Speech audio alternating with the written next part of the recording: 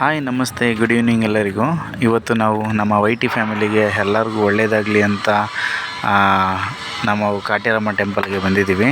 So ನೋಡಿ, ನೀವು ನೋಡ್ತಾ ಇರೋ ಹಾಗೆ ಇಲ್ಲಿ ಕಟ್ಟಿರೋ ಎಲ್ಲ ಕಾಯಿಗಳು ಕೂಡ ನಮ್ಮ ಮನಸ್ಸಿನಲ್ಲಿ ಏನೇ ಬೇಡಿಕೆಗಳನ್ನು ದೇವ್ರ ಹತ್ರ ಇಟ್ಟಿರ್ತೀವಿ, ಸೊ ಅದು ಹರಕೆ ರೂಪದಲ್ಲಿ ಇಲ್ಲಿ ಕಟ್ಟಿದ್ದಾರೆ.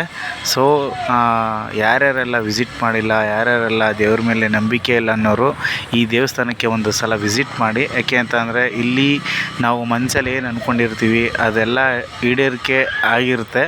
ಅಂದರೆ ಇಲ್ಲಿ ತುಂಬ ಜನ ಇದ್ದಾರೆ ನೋಡಿ, ಆ ದೇವಿ ಹತ್ರ ನಮ್ಮ ಮನಸ್ಸಲ್ಲಿ ಏನೇ ಬೇಡ್ಕೊಂಡು ಇಲ್ಲಿ ಕಟ್ಟಿದ್ರು ಕೂಡ ಅದು ಎಲ್ಲ ಬೇಗ ಈಡೇರುತ್ತೆ ಅನ್ನೋ ಒಂದು ನಂಬಿಕೆ ಮೇಲೆ ಎಲ್ಲ ಬಂದು ಕಟ್ಟಿದ್ದಾರೆ.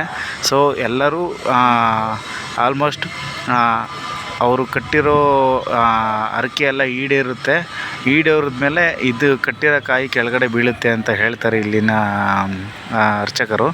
ಹಾಗೆ ಯಾರೆಲ್ಲ ಈ ದೇವಸ್ಥಾನಕ್ಕೆ ವಿಸಿಟ್ ಮಾಡಿಲ್ಲ ಒಂದು ಸಲ ವಿಸಿಟ್ ಮಾಡಿ.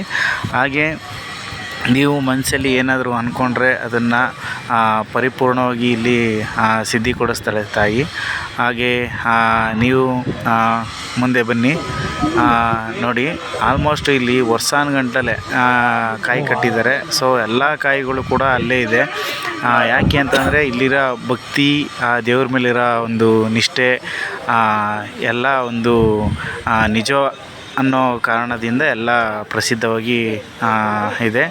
ನೋಡಿ, ಅಲ್ಲಿ ತಾಯಿ ಕಾಣಿಸ್ತಿದೆಯಲ್ಲ, ಸೊ ಅದೇ ಕಾಟೇರಮ್ಮ ದೇವಿ. ಸೊ ಇಲ್ಲೂ ಅಷ್ಟೇ, ನಾವು ನಮ್ಮ ಮನಸ್ಸಲ್ಲಿ ಏನೇ ಆಗಿರ್ಬೋದು, ನಮ್ಮ ಕಷ್ಟಗಳೆಲ್ಲ ಈ ತಾಯಿ ಹತ್ರ ಹೇಳ್ಕೊಂಡ್ರೆ ಬೇಗ ಈಡೇರುತ್ತೆ. ಮತ್ತು ನೋಡಿ, ಇಲ್ಲಿ ಬೀಗಗಳ ಕಟ್ಟಿದ್ದಾರೆ.